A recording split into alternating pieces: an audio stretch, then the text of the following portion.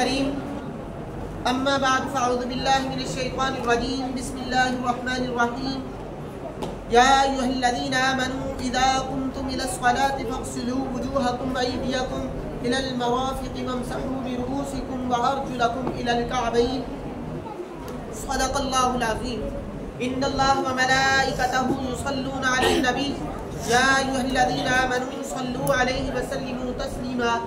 کوئی زبان خاموش نہ رہے، سبھی احباب مل کر سرکار دو عالم نور مجسم رحمت عالم صلی اللہ علیہ وآلہ وسلم کی بارگاہ میں درود و سلام کا نذرانہ پیش کیجیے۔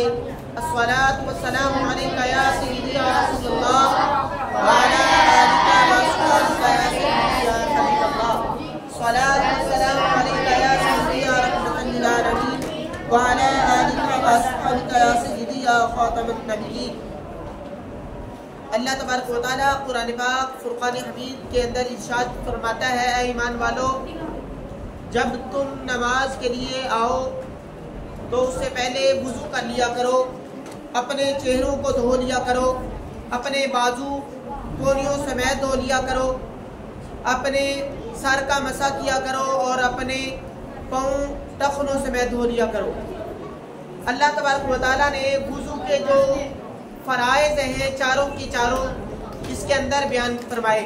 اللہ تبارک و تعالیٰ نے کونیوں سمیت ہاتھ دھونے کا ذکر فرمایا، مکمل چہرہ دھونے کا ذکر فرمایا، سر کا مسح کرنے کا ذکر فرمایا اور اسی طرح دونوں پاؤں ٹخنوں سمیت دھونے کا ذکر فرمایا۔ جو اللہ تبارک و تعالیٰ کی طرف سے ارشاد ہو قرآن پاک فرقان حمید کے اندر، جو ہمیں ارشاد ملے، جو حکم ملے، وہ فرض ہے، اور اس کے علاوہ جو چیزیں سرکار دو عالم نور مجسم رحمت عالم صلی اللہ علیہ وسلم سے ہمیں ملے وہ سنت ہیں۔ اس کے علاوہ بھی کچھ مستحب ہوتے ہیں، جو وہ عمل جو قرآن و حدیث سے اس انداز کے ساتھ ثابت ہوں کہ سرکار دو عالم نور مجسم رحمت عالم صلی اللہ علیہ وسلم نے انہیں کبھی کبھار کیا ہو تو وہ مستحب عمل ہوتے ہیں۔ جس طرح عصر کی اور عشاء کی سنتیں جو ہیں انہیں غیر مؤکدہ کہا جاتا ہے، اگر پڑھ لیں تو یہ مستحب عمل ہے، اس کا اللہ تبارک و تعالیٰ ثواب عطا فرمائے گا۔ اگر ہم نہیں پڑھتے، پہلی جو چار سنتیں ہیں اگر نہیں پڑھتے تو اس پہ گناہ نہیں ہے۔ اسی طرح وضو کے فرائض کے بعد وضو کی 13 سنتیں بھی ہیں۔ 13 سنتوں کے اندر جس طرح کہ آپ جانتے ہیں نیت کا کر لینا، یہ بھی سنت مبارکہ ہے۔ اس طرح بسم اللہ الرحمن الرحیم پڑھ کے وضو شروع کرنا، یہ بھی سنت مبارکہ ہے۔ اسی طرح 3 مرتبہ کلی کرنا، یہ بھی سنت مبارکہ ہے۔ اس کے علاوہ مسواک کرنا، یہ بھی سنت مبارکہ ہے۔ اسی طرح مکمل سر کا مسح کرنا، یہ بھی سنت مبارکہ ہے۔ داڑھی کا خلال کرنا، یہ بھی سنت مبارکہ ہے۔ اس کے علاوہ کانوں کا مسح کرنا، یہ بھی سنت مبارکہ ہے۔ اس کے علاوہ ہر دھونے والے عضو کو 3 مرتبہ دھونا، یہ بھی سنت مبارکہ ہے۔ پیر در پہ وضو کرنا کہ پہلا وضو سوکھنے نہ پائے، یعنی یہ ترتیب سے اس انداز کے ساتھ وضو کرنا کہ مکمل کر کے ہی آپ وضو کرنا شروع ہوئے ہیں، تو جب تک یہ نہیں کہ اس کے اندر اتنا وقفہ کریں کہ باقی اعضاء جو پہلے دھوئے تھے وہ خشک ہونا شروع ہو جائے، ایسا نہیں ہونا چاہیے، بلکہ پیر در پہ وضو ایسے انداز میں کریں کہ پہلے والے جو اعضاء ہیں وہ خشک نہ ہوں۔ اور اس کے علاوہ 3 مرتبہ ہاتھ دھونے والے اعضاء کو دھونا، یہ وضو کی سنتیں تھیں۔ اس کے علاوہ مستحب عمل بھی بیان کیے گئے، جن میں سے اونچی جگہ پہ بیٹھنا، پاک جگہ پہ بیٹھنا، یہ بھی وضو کے مستحب میں سے ہے۔ اور اسی طرح قبلہ کی طرف منہ کر کے وضو کرنا، یہ بھی وضو کے مستحبات میں سے ہے۔ اسی طرح اگر آپ اس چیز پہ قادر ہیں کہ خود بخود وضو کر سکتے ہیں تو کسی سے مدد نہ لیں، یہ بھی وضو کے مستحبات میں سے یہ بھی عمل ہے۔ اور کچھ مکروہ عمل ہے۔ مکروہ عمل وہ ہیں، مکروہ عمل کی بھی 2 صورتیں ہیں، ایک ہے مکروہ تنزیہ اور ایک ہے مکروہ تحریمی۔ تحریمی حرام عمل کے جو قریب عمل ہوں انہیں کہا جاتا ہے، اور تنزیہ جو نیکی کے قریب قریب عمل ہوں انہیں کہا جاتا ہے مکروہ تنزیہ۔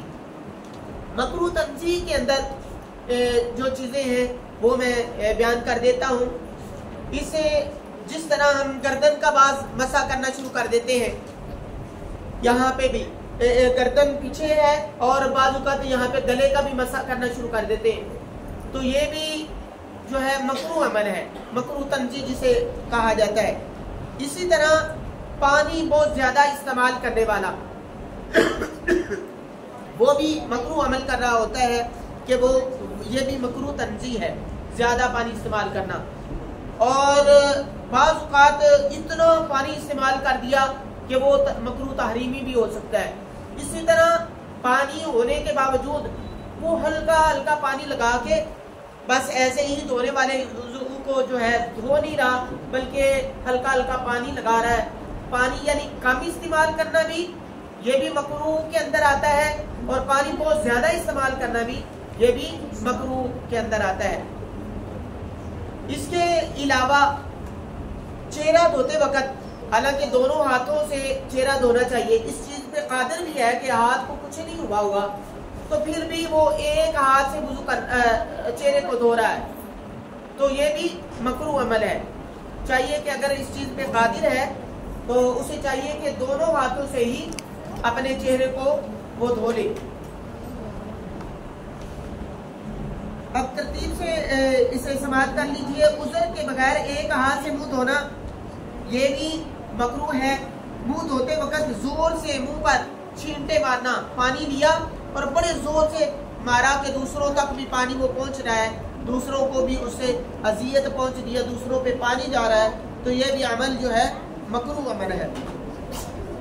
اسی طرح پہلے میں نے بیان کیا وضو کرتے وقت ضرورت سے کم پانی استعمال کرنا یہ بھی مکروہ ہے۔ اس کے علاوہ جو زیادہ کا میں نے آپ لوگوں کو بتایا یہ بھی مکروہ عمل ہے۔ وضو کرتے ہوئے دنیاوی گفتگو کرنا، یعنی دنیا کی گفتگو کرنا شروع کر دینا، جس طرح طالب علم بیٹھے ہوئے ایک دوسرے سے باتیں کرتے رہتے ہیں، یہ بھی مکروہ عمل ہے۔ وضو کرتے وقت دنیاوی گفتگو نہیں ہونی چاہیے۔ ہاں آپ نیکی کی دعوت دے سکتے ہیں، نیکی کی کوئی بات آپ کے ذہن میں آئی وہ آپ کر سکتے ہیں، وضو کا طریقہ دوسرے کو سمجھا سکتے ہیں، وضو صحیح نہیں کر رہا تو اسے آپ بتا سکتے ہیں اس انداز کے ساتھ وضو کرو۔ دنیاوی اگر گفتگو کریں گے وضو کرتے ہوئے تو یہ مکروہ عمل ہوگا۔ اسی طرح ایسا برتن ہے جس سے آپ وضو کر رہے ہیں اور پھر اسی کے وضو کرتے ہوئے چھینٹے اسی پانی کے اندر جا رہے ہیں، تو یہ بھی مکروہ عمل ہے۔ اگر برتن میں آپ وضو کر رہے ہیں تو اس سے پانی لیں، تھوڑا سا سائڈ پہ جو ہے اپنا وضو کریں تاکہ چھینٹے جو ہے اسی پانی کے اندر دوبارہ نہ گرے۔ کسی سنت کو ترک کر دینا، یعنی کہ وضو کرتے ہوئے جو سنتیں 13 بیان کی جاتی ہیں، اگر ان میں سے آپ جان بوجھ کے کوئی سنت چھوڑ دیتے ہیں تو یہ بھی مکروہ عمل ہے، اس سے بھی بچنا چاہیے۔ وضو کے فرائض بھی بیان کیے گئے، وضو کی سنتیں بھی، اور وضو کے مکروہات جس سے وضو مکروہ عمل جو ہے وضو کے دوران جو مکروہ عمل ہے وہ بھی آپ کے سامنے بیان کر دیے گئے ہیں۔ کل ہم وضو توڑنے والی چیزیں انہیں بیان کریں گے۔ آپ کوشش کیا کریں کہ ان چیزوں کو یاد رکھا کریں۔ آج میں چاہوں گا کہ کوئی بچہ آپ میں سے وضو کی سنتیں اور فرائض بیان کر دے۔ کون بتائے گا وضو کی سنتیں یا فرائض؟ وضو کے فرائض کون بتائے گا؟ 4 فرائض ہیں نا وضو کے، کھڑے ہو جائیں آپ، ذرا بلند آواز سے بتائیے گا۔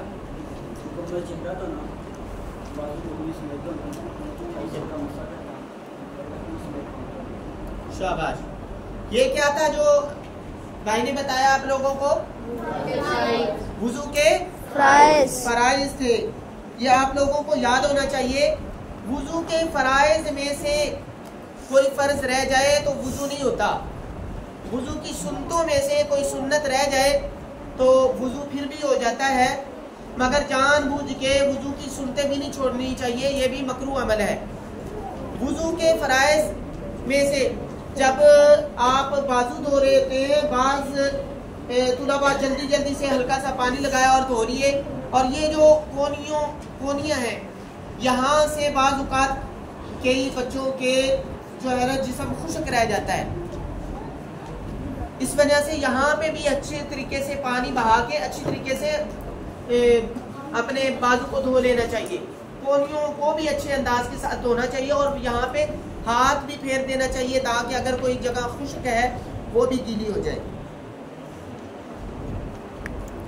آگے قرآن پاک فرقان حمید کے حوالے سے کچھ چیزیں ہم آج انشاءاللہ پڑھیں گے. اچھا پیج نمبر 193 نکال لیجئے. ابھی بھی جن کے پاس کتابیں نہیں وہ اپنی کتابیں لے لیں. اچھا قرآن پاک فرقان حمید کے اندر کل پارے کتنے ہیں؟ 30. کل پارے 30 ہیں جی قرآن پاک فرقان حمید کے. یہ آپ لوگوں نے یہ جو چیزیں ہیں یہ ساری کی ساری یاد رکھنی ہے. اس کے علاوہ قرآن پاک فرقان حمید کے اندر 7 منزلیں ہیں. کتنی منزلیں ہیں؟ 7 منزلیں ہیں. ان 7 منزلوں کو یاد کرنے کے لیے ایک لفظ قبلہ مفتی صاحب نے ترتیب دیا ہے جس کا ان 7 منزلوں کا مجموعہ جو ہے فمی بشوقن. فمی بشوقن اس لفظ کو اچھی طریقے سے یاد کر لیں. فمی فا میم یا آگے با شین واو قاف یہ 7 حروف ہیں.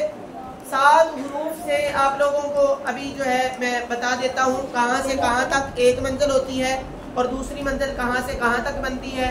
اسی طرح ان حروف سے ہمیں انشاءاللہ پتہ چل جائے گا کہ 7 منزلیں کہاں کہاں تک ہیں. اچھا پہلی منزل سورۃ فاتحہ سے لے کر سورۃ النساء تک. سورۃ فاتحہ سے لے کر سورۃ نساء تک. اچھا اس میں 3 صورتیں آ جاتی ہیں. کتنی صورتیں آ جاتی ہیں؟ 3. اس کے بعد سورۃ مائدہ ہے, سورۃ توبہ تک ہے یہ فا سے. اس کے بعد سورۃ مائدہ سے لے کر سورۃ توبہ تک. پہلا آپ نے سورۃ فاتحہ سے پڑھا, سورۃ فاتحہ سے لے کر سورۃ نساء تک. فا کا لفظ فمی میں جو آ رہا ہے پہلا فا کا وہاں سے سورۃ فاتحہ سے کیونکہ منزل پہلی شروع ہو رہی ہے تو وہاں پہ فا کا لفظ استعمال کر دیں. فا سے آپ کو یاد رہے گا کہ سورۃ فاتحہ کیونکہ فا سے شروع ہوتی ہے نام اس کا, تو اس سے آپ کو اندازہ ہو جائے گا کہ سورۃ فاتحہ سے پہلی منزل شروع ہو رہی ہے اور دوسری منزل سورۃ مائدہ سے شروع ہو رہی ہے. تو فمی کے اندر پہلا فا کا لفظ ہے اور دوسرا ہے میم کا لفظ. میم سے مائدہ سورت,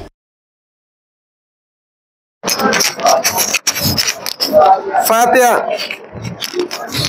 اس کے بعد سورہ یونس. سورہ یونس سے لے کر سورہ نحل تک تیسری منزل ہے. سورہ یونس فمی کے اندر آخری لفظ جو تیسرا لفظ ہے وہ یا کا لفظ ہے. فا میم یا فمی. سمجھ رہے ہیں آپ؟ تو فا سے سورۃ فاتحہ سے پہلی منزل شروع ہو رہی ہے اور میم سے مائدہ دوسری منزل شروع ہو رہی ہے اور یا سے سورہ یونس تیسری منزل شروع ہو رہی ہے. اور اس کے بعد ہے سورہ بنی اسرائیل. بنی اسرائیل سے لے کر سورۃ فرقان تک چوتھی منزل ہے. بشوقن کے اندر پہلا لفظ با کا ہے تو اس سے ہمیں پتہ چلتا ہے کہ چوتھی منزل با سے شروع ہو رہی ہے. چوتھی منزل کہاں سے شروع ہو رہی؟ با سے. پہلی منزل کہاں سے شروع ہو رہی تھی؟ فا سے. پہلی منزل فا سے اور اس کے بعد دوسری منزل سورۃ مائدہ سے میم سے اور تیسری منزل یا سے سورۃ یونس اور چوتھی منزل بنی اسرائیل سے شروع ہو رہی ہے با سے, با کے لفظ سے. بشوقن کا لفظ آگے دوسرا جو مجموعے کا دوسرا لفظ ہے بشوقن, اس کے اندر پہلا لفظ با آ رہا ہے تو چوتھی منزل با سے شروع ہو رہی ہے. اور پانچویں منزل سورۃ شعراء سے لے کر سورۃ یاسین تک. سورۃ شعراء کیونکہ شین سے شروع ہو رہی ہے تو بشوقن کے اندر دوسرا لفظ آ رہا ہے شین, تو اس سے ہمیں پتہ چلا پانچویں منزل جو ہے شین سے شروع ہو رہی ہے اور سورۃ شعراء سے شروع ہو رہی ہے. اور اس کے بعد چھٹی منزل ہے سورۃ صافات سے لے کر سورۃ حجرات تک. سورہ صافات سے لے کر سورہ حجرات تک. یہ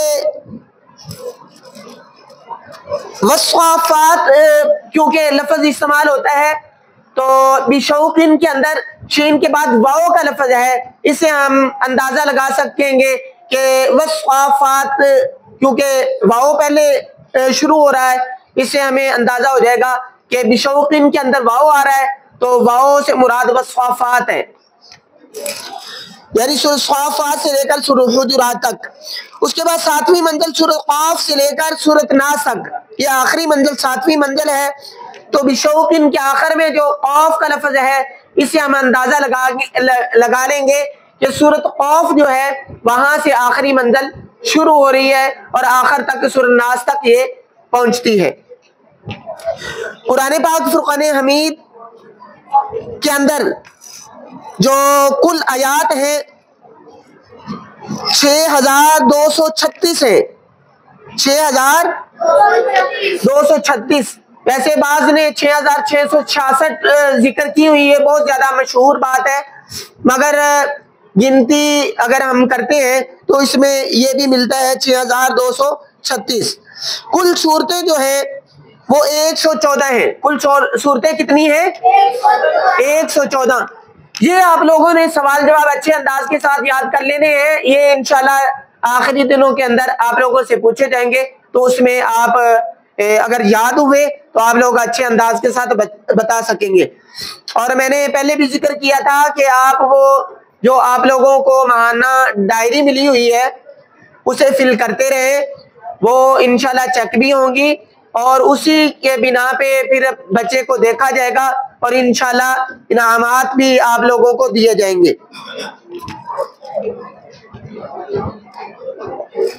اچھا, کل الفاظ جو ہیں یہ ہیں جی 86,430.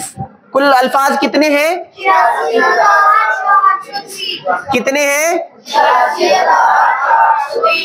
شاباش, یہیں تک کل الفاظ تک. اس کے بعد کل ہم پڑھ لیں گے کل حروف کتنے ہیں, زبر کتنے ہیں, زیر کتنے ہیں, پیش کتنے ہیں. یہ چیزیں انشاءاللہ جو ہے کل ہم یاد کریں گے. اس کے بعد آ جائیے آگے حدیث مبارکہ کی طرف, کیونکہ ہم 40 حدیث مبارکہ سیکھنے کی کوشش کر رہے ہیں, جس کے اندر ہم نے 10 حدیث مبارکہ پڑھنے کا شرف حاصل کر لیا ہے. آج 11ویں حدیث ہم جو ہے پڑھیں گے. یہ صفحہ نمبر ہے 294 294.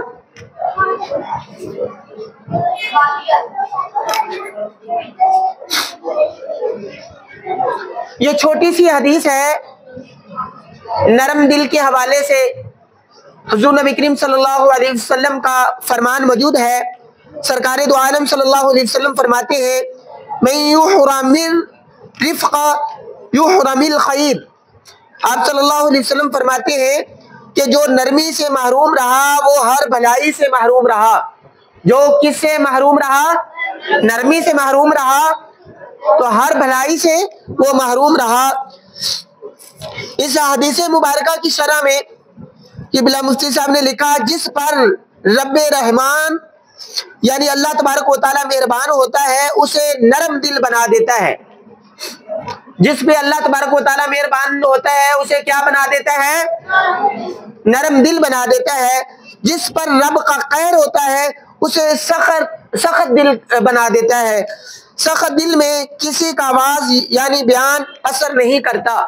جو سخت دل ہے وہ اگر کسی کو نصیحت سختی کے ساتھ کرنا چاہیں گے تو ان کی کوئی بات نہیں مانے گا, مگر جو پیار سے کسی کو سمجھانے کی کوشش کریں گے تو پیار سے جو چیز سمجھائی جائے, کسی بچے کو سمجھائی جائے, بڑے کو بات کہی جائے تو وہ اثر رکھتی ہے. وہ علامہ اقبال رحمۃ اللہ علیہ نے ایک شعر لکھا تھا جس میں انہوں نے کہا کہ پھول کی پتی سے کٹ سکتا ہے ہیرے کا جگر. پھول کی پتی سے کٹ سکتا ہے ہیرے کا جگر. حالانکہ پھول کی پتی تو بالکل نرم سی ہوتی ہے, اسے ہلکا سا ایسے ہاتھ سے مسل دے تو وہ ٹوٹ جاتی ہے, پھٹ جاتی ہے, وہ مگر اس سے جو ہے کہا جی اس سے ہیرے کا جگر کٹ سکتا ہے. اس سے مراد یہ نہیں کہ وہ پھول کی پتی سے آپ وہ ہیرے پتھر کو کاٹنا شروع کر دیں تو وہ کٹ جائے گا, ایسے نہیں ہے. اس سے مراد یہ ہے کہ پیار سے اگر کسی سخت آدمی کی بھی اصلاح کی جائے تو وہ پیار سے جو ہے اس کی بات کو مانے گا, اس پہ عمل کرنے کی کوشش کرے گا. بڑے بڑے سخت دل جو ہے پگھل جاتے ہیں. سرکار دو عالم نور مجسم رحمت عالم صلی اللہ علیہ وسلم کو اگر ہم دیکھتے ہیں, آپ کی سیرت کو دیکھتے ہیں تو پتہ چلتا ہے کہ بڑے بڑے سخت دل لوگ جو ہے سرکار دو عالم نور مجسم رحمت عالم صلی اللہ علیہ وسلم کے ہاتھوں پہ مشرف با اسلام ہوئے. انہوں نے آپ کے ہاتھوں پہ کلمہ پڑھا, دائرہ اسلام میں وہ داخل ہوئے, اور سرکار دو عالم نور مجسم رحمت عالم صلی اللہ علیہ وسلم پہ پھر وہ اپنی ہر وقت جان قربان کرنے کے لیے تیار رہتے تھے. سرکار دو عالم نور مجسم رحمت عالم صلی اللہ علیہ وسلم کی یہ مہربانی تھی, آپ کا نرم لہجہ تھا, پیار سے گفتگو کرنا تھی, لوگوں کے ساتھ بھلائی کے ساتھ پیش آنا تھا کہ لوگ سخت دل بھی سرکار دو عالم صلی اللہ علیہ وسلم کی اطاعت کرنا شروع ہو گئے. یہ 11ویں حدیث پاک جو ہے آپ دیکھ لیجئے گا, اور اسے یہ جو چھوٹی چھوٹی حدیث مبارکہ ہوتی ہیں یہ کوشش کیا کریں کہ زبانی یاد کرنے کی. یہ جو خصوصی طور پہ یہ بڑے لڑکے ہیں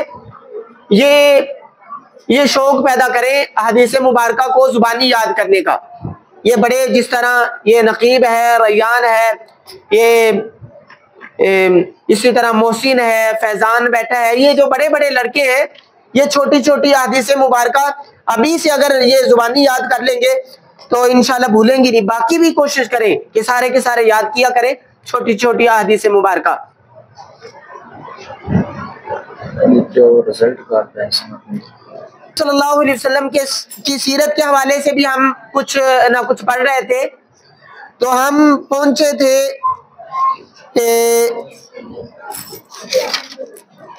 پیج نمبر ہے 323.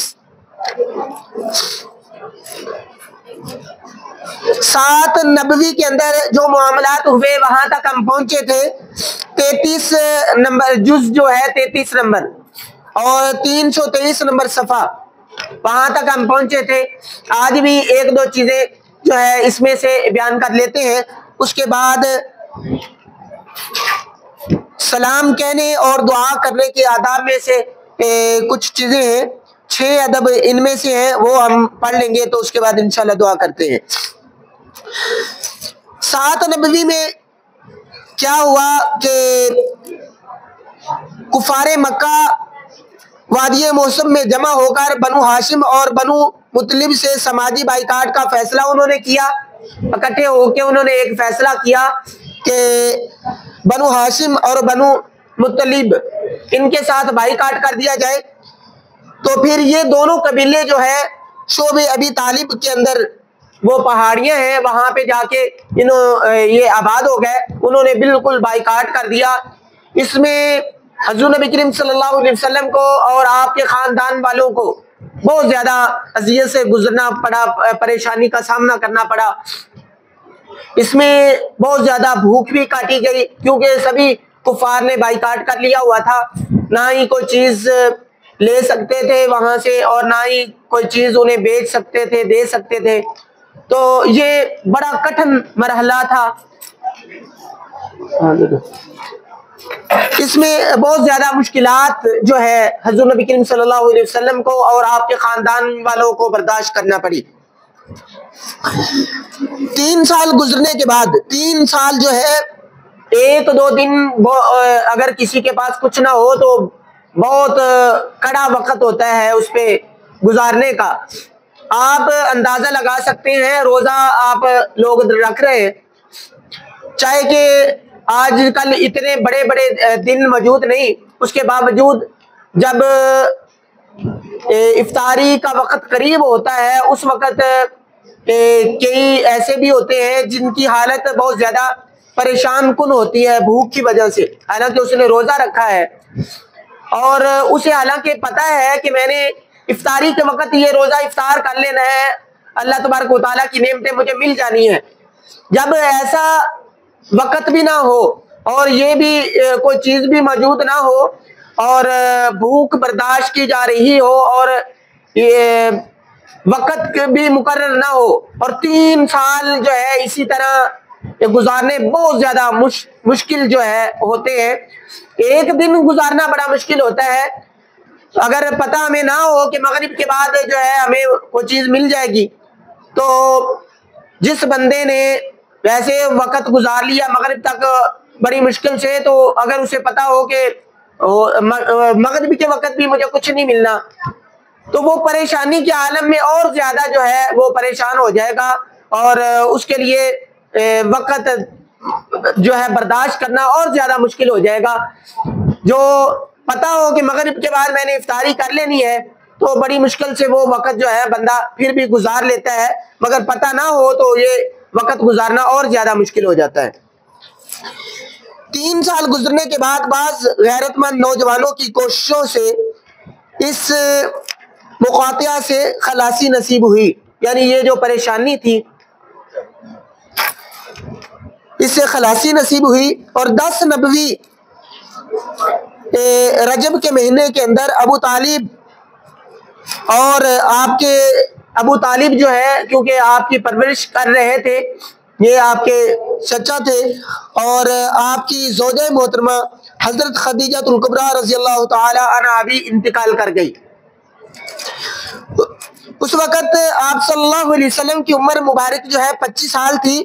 اس سال کو حضور نبی کریم صلی اللہ علیہ وسلم نے عام الحزن سے تعبیر کیا, یعنی غم کا سال, کیونکہ اس کے اندر ابو طالب بھی انتقال کر گئے.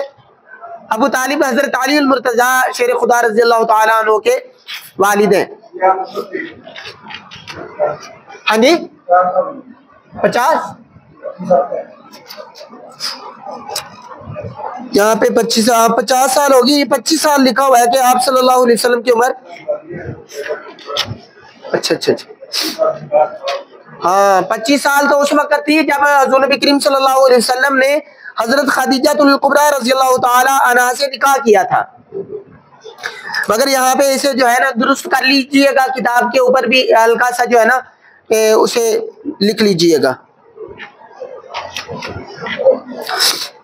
اس کے بعد سلام کہنے اور دعا کرنے کے آداب, 6 آداب ہم پیچھے بھی بیان کرتے آئے ہیں, جس کے اندر مسجد کے آداب, واش روم جانے کے آداب, کھانا کھانے کے آداب, پانی اور دیگر مشروبات پینے کے آداب, اس طرح تلاوت قرآن پاک کے آداب, لباس پہننے کے آداب اور سفر کے آداب اور جمعہ کے دن کے آداب. یہ ہم نے 6 سبھی کے آداب ہم نے سیکھے. آج ہم سلام کہنے اور دعا کرنے کے آداب پڑھیں گے. یاد رکھیے سوار پیدل چلنے والے کو, آپ کی مہربانی توجہ کریں, سوار جو ہے جو سوار ہے کسی چیز پہ سوار ہے وہ پیدل چلنے والے کو اور پیدل چلنے والا بیٹھے ہوئے کو اور تھوڑے لوگ زیادہ لوگوں کو اور چھوٹا بڑے کو سلام کہے. سلام کے آداب میں سے جو سوار ہے وہ پیدل چلنے والے کو اور جو پیدل چل رہا ہے وہ بیٹھے ہوئے کو, اور اسی طرح جو چھوٹے ہیں کچھ افراد ہیں وہ بڑی جماعت کو زیادہ افراد ہیں انہیں وہ سلام کرے, اور اسی طرح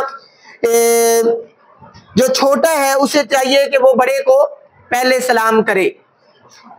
اور ویسے بھی اگر کوئی بھی پہلے سلام کرتا ہے تو اسے اجر زیادہ ملتا ہے. اسی وجہ سے آداب میں سے یہ ادب ہے کہ سوار جو ہے اسے چاہیے کہ وہ پیدل کو سلام کرے, اور اسی طرح جو ہے چھوٹا ہے وہ بڑوں کو سلام کرے. اگر کچھ چھوٹی جماعت ہے اور ایک بڑی جماعت ہے, چھوٹی جماعت والوں کو چاہیے, کچھ افراد کو چاہیے کہ جہاں پہ زیادہ افراد ہیں وہ انہیں پہلے سلام کرے.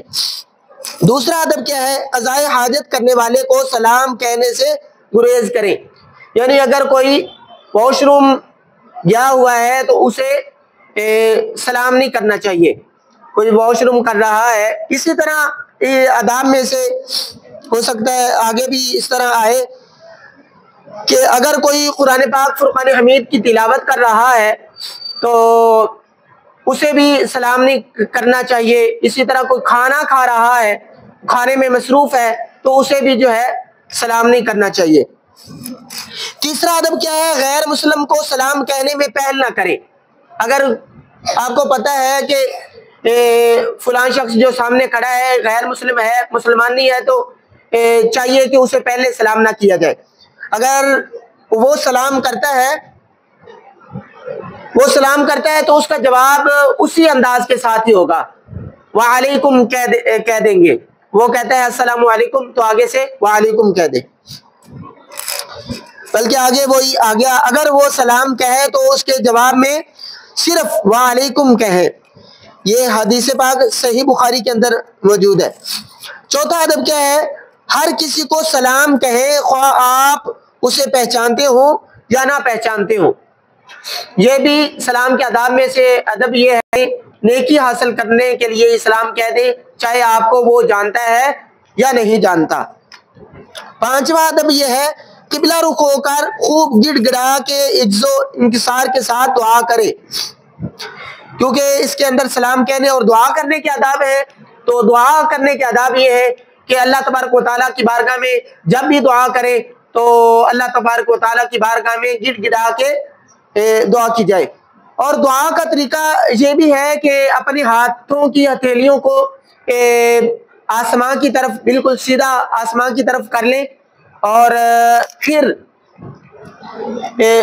دل کے اندر یہ جانتے ہوئے کہ اللہ تبارک و تعالیٰ میری دعا کو سن رہا ہے اور اللہ تبارک و تعالیٰ عطا کرنے والا ہے, تو خوب لگن کے ساتھ اور گڑ گڑا کے متوجہ اللہ تبارک و تعالیٰ کی بارگاہ میں ہو کے, اور ذہن کے اندر جو لفظ اللہ ہے, اللہ آپ کے ذہن کے اندر اس وقت گھوم رہا ہو, اور دعا کریں. انشاءاللہ اللہ تبارک و تعالیٰ آپ کی دعا کو قبول فرما لے گا. چھٹا ادب یہ ہے, دعا میں یہ نہیں کہنا چاہیے کہ اے اللہ اگر تو چاہے تو میرا کام کر دے, بلکہ پورے عزم سے دعا کرے. یعنی کہ یہ نہیں کہنا کہ اگر تو چاہے تو میرا کام کر دے, بلکہ یہ کہے کہ اے مولا میرا یہ کام ہر صورت میں کر دے, اور تو ہی کام کرنے والا ہے, تو ہی دعاؤں کو قبول کرنے والا ہے, میری بھی اس دعا کو قبول فرما. آپ لوگ کوشش کیا کریں, اپنے لیے دعا کیا کریں, خصوصی طور پہ اپنے والدین کے لیے دعا کیا کریں, اپنے اساتذہ کے لیے دعا کیا کریں.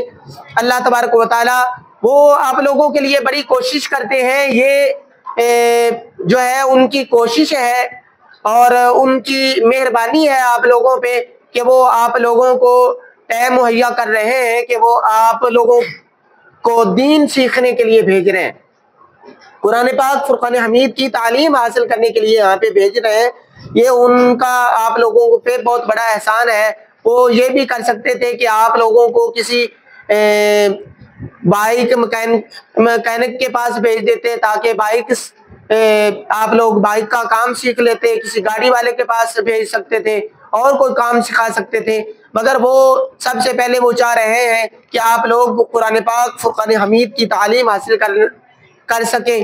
اس وجہ سے وہ آپ لوگوں کو بھیج رہے ہیں, ان کی مہربانی ہے. ان کے لیے خصوصی دعا کیا کریں, اور بھی ان کے بڑے بڑے احسان ہیں. آپ لوگوں کا ہر طرح کا والدین خیال رکھتے ہیں. اپنے اساتذہ کے لیے دعا کریں کہ وہ آپ لوگوں کو سکھا رہے ہوتے ہیں. اسکول کے اساتذہ بھی آپ لوگوں کو جو ہے سکھا رہے ہوتے ہیں, اسی طرح مدرسہ کے اساتذہ بھی آپ لوگوں کو سکھا رہے ہوتے ہیں.